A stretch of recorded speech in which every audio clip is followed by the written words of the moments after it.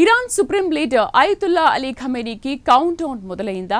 Syria మాజీ president Bashar al Assad లాగానే Khamenei కూడా మాస్కోకు పారిపోవాల్సిందేనా? ఇరాన్పై ఖమేనీ పట్టుకోల్పోతున్నారా అంటే అవుననే సమాధానం వస్తోంది.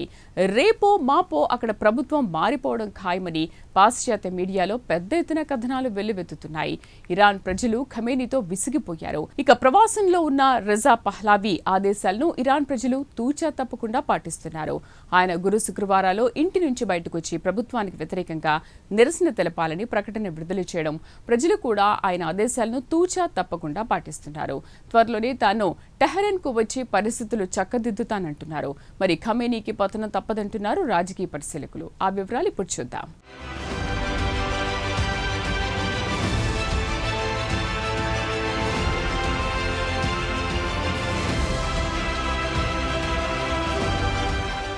ఇరాన్లో పరిస్థితులు ఖమేనీ నుంచి చేజారిపోయేలా ఉన్నాయి. వరుసగా గత 13 రోజుల నుంచి ప్రజలు రోడ్డుపైకి వచ్చి ప్రభుత్వానికి వ్యతిరేకంగా నిరసన తెలుపుతున్నారు.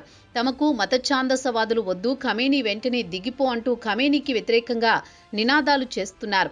ఇక ఖమేనీ వాదన ఏమిటంటే నిరసనకారులు అమెరికా ప్రెసిడెంట్ ట్రంప్ను ప్రసన్నం చేసుకోవడానికి విధ్వంసానికి పాల్పడుతున్నారని మండిపడుతున్నారు. వెంటనే యునైటెడ్ నేషన్ భద్రతా మండలి ఇరాన్ లేఖ రాసింది. ఇరాన్లో విధ్వంసం సృష్టించడం వెనుక అమెరికా హస్తం ఉందని ఆరోపించింది. దీనికి ట్రంప్ కూడా గట్టిగానే కౌంటర్ ఇచ్చాడు. ఇరాన్కు ఇబ్బందులు మొదలయ్యాయని కామెంట్ చేశారు. కాగా ప్రజల్లో ఎప్పటినుంచో గూడు కట్టుకున్న అసంతృప్తి లావాలా ఒక్కసారిగా బద్దలైంది. దేశ ఆర్థిక వ్యవస్థ పూర్తిగా దిగజారిపోయింది. పాశ్చాత్య దేశాలు ఆంక్షల వల్ల ఆర్థిక వ్యవస్థ కుదేలైంది. ప్రజలకు కనీస అవసరాలు తీరడం లేదు. అలాని స్వేచ్ఛ లేదు. మహిళల పరిస్థితి మరింత దారుణం. హిజాబ్ సరిగా ధరించలేదని అరెస్టులు, చిత్రహింసలకు గురిచేసి వారిని చంపడం లాంటి సంఘటనల వల్ల ప్రజల్లో ప్రభుత్వం పట్ల తీవ్ర వ్యతిరేకత మొదలైంది. ఇక ఇస్లామిక్ రిపబ్లిక్ పాలన వద్దు, తిరిగి రాచరిక పాలనే ముద్దు అంటున్నారు. ప్రజల చేతిలో రెజా పహ్లావి ఫోటోలు కనిపిస్తున్నాయి.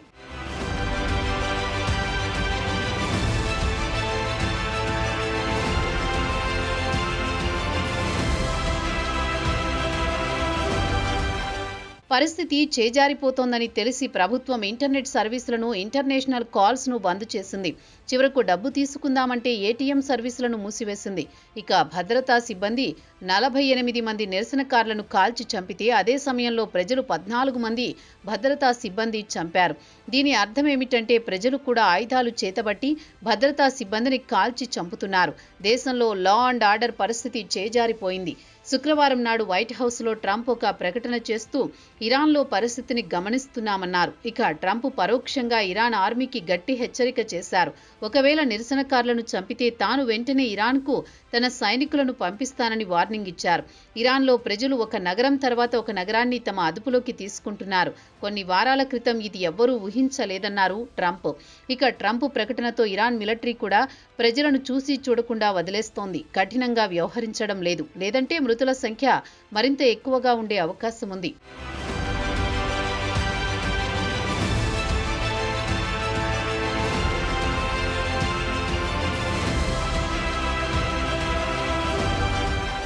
ఇదిలా ఉండగా శుక్రవారం దేశ ప్రజలనుద్దేశించి ఖమేనీ ప్రసంగించారు.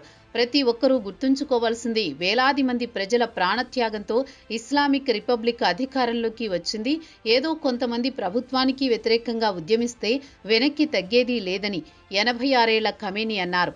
ఖమేనీ తన మద్దతుదారులతో వేర్పాటువాదులను అణచివేస్తామని హెచ్చరించారు.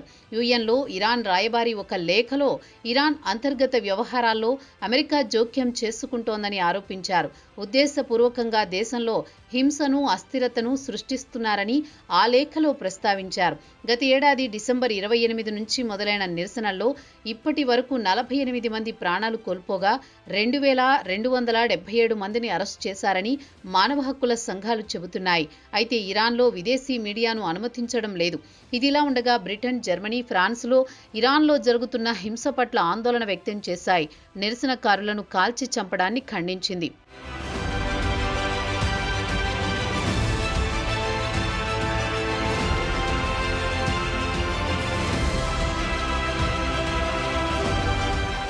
ఇరాన్ ప్రజల తమ నిరసనను వ్యక్తం చేయడానికి పూర్తి స్వేచ్ఛ ఇవ్వాలని ఇరాన్ అధికారులను ఫ్రెంచి ప్రెసిడెంట్ మక్రాన్తో పాటు బ్రిటన్ ప్రధాని Keir Starmer, German chancellor Friedrich merge కోరారు.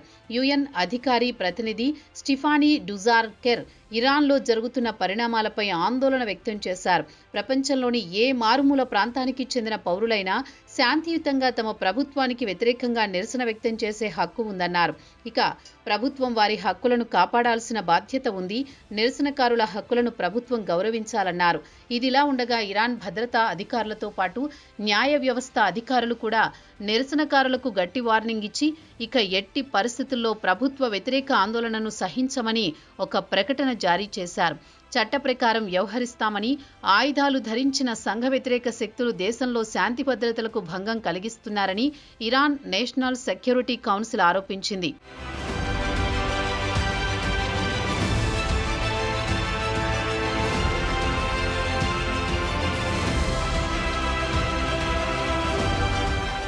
ఇదిలా ఉండగా Iran Islamic revolution guard corps లేదా ఐఆర్జీసీ ఒక ప్రకటనలో మిలిటరీని కానీ పోలీసులపై కానీ దాడులు చేసి చంపితే టెర్రరిస్టు యాక్ట్ కింద పరిగణించాల్సి వస్తుందని హెచ్చరించింది.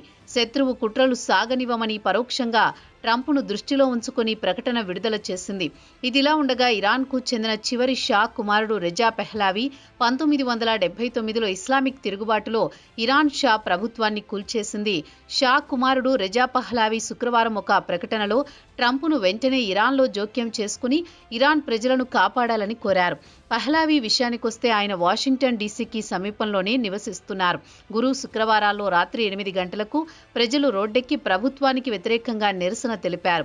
ఆయన ఆదేశాలను ప్రజలు తూచా తప్పకుండా పాటిస్తున్నారు. రెజా పెహ్లావి ఆదేశాలతో శుక్రవారం దేశంలోని 67 లొకేషన్లలో నిరసనలు జరిగినట్లు బీబీసీ కూడా ధృవీకరించింది.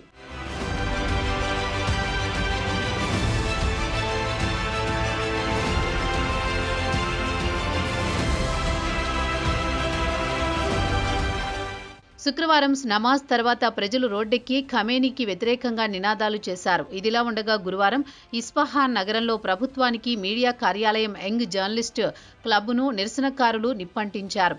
ఇక ప్రజలు కూడా రాబోయేది అత్యంత గడ్డుకాలమని భావించి సూపర్ మార్కెట్లకు వెళ్లి ఇంటికి కావలసిన ఆహార పదార్థాలు, నిత్యావసర సరుకులు కొనుగోలు చేసి స్టోర్ చేసి పెట్టుకున్నారు. ఇక ఇంటర్నెట్ పనిచేయడం లేదంటే ప్రజలు కొనుగోలు చేయలేరు. సరుకులు కొని డబ్బులు చెల్లించాలంటే డెబిట్ కార్డులు పనిచేయవు. ఇంటర్నెట్తో పాటు ఇంటర్నేషనల్ కాల్స్ను బంద్ చేయడంతో ఇతర దేశాల్లో ఉన్న తమ బంధువులు కానీ కుటుంబ సభ్యులతో కాంటాక్ట్ చేయలేకపోతున్నారు. కాగా ఇరాన్ ఆర్థిక వ్యవస్థ పూర్తిగా కుప్పకూలడంతో ప్రజల అవసరాలు తీరడం లేదు. దీంతో విద్యార్థులు రోడ్డెక్కి ప్రభుత్వానికి వ్యతిరేకంగా ప్రదర్శనలు చేయడంతో అవి కాస్త హింసకు దారితీశాయి. చివరగా ఇలాంటి పరిస్థితి 2022లో కనిపించింది. అప్పుడు మాషా అమీనీ హిజాబ్ సరిగా ధరించలేదని పోలీసులు అరెస్ట్ చేసి చిత్రహింసలకు గురిచేసి చంపేసి తర్వాత యావత్ ఇరాన్ భగ్గుమంది. కొన్ని నెలల పాటు ప్రభుత్వానికి వ్యతిరేకంగా కొనసాగిన నిరసనల్లో 550 మంది పౌరులు మృతి చెందారు.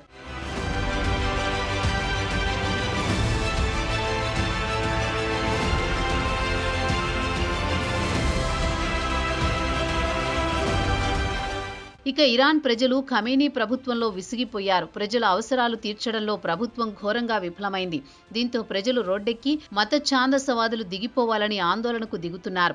మరోపక్క అమెరికా, ఇజ్రాయెల్ కూడా ఖమేనీని దించాలని చూస్తున్నాయి. ఇప్పటికే పలుమార్లు నెతన్యాహు ఇరాన్ ప్రజలను ఖమేనీని దించండి, ఎన్నికలు నిర్వహించి పౌర ప్రభుత్వాన్ని ఏర్పాటు చేసుకోండి, ప్రశాంతంగా జీవించండి, కావాలంటే తాము సహకరిస్తామని చెప్పారు. ఇరాన్ ప్రజలు ఖమేనీ అంటే ఆగ్రహంతో ఊగిపోతున్నారు. టెహ్రాన్ యువతులు ఖమేనీ ఫోటోలను సిగరెట్లతో కాల్చి నిరసన తెలుపుతున్నారంటే ప్రజలు ఎంత విసిగిపోయారో తేలిగ్గా ఊహించుకోవచ్చు.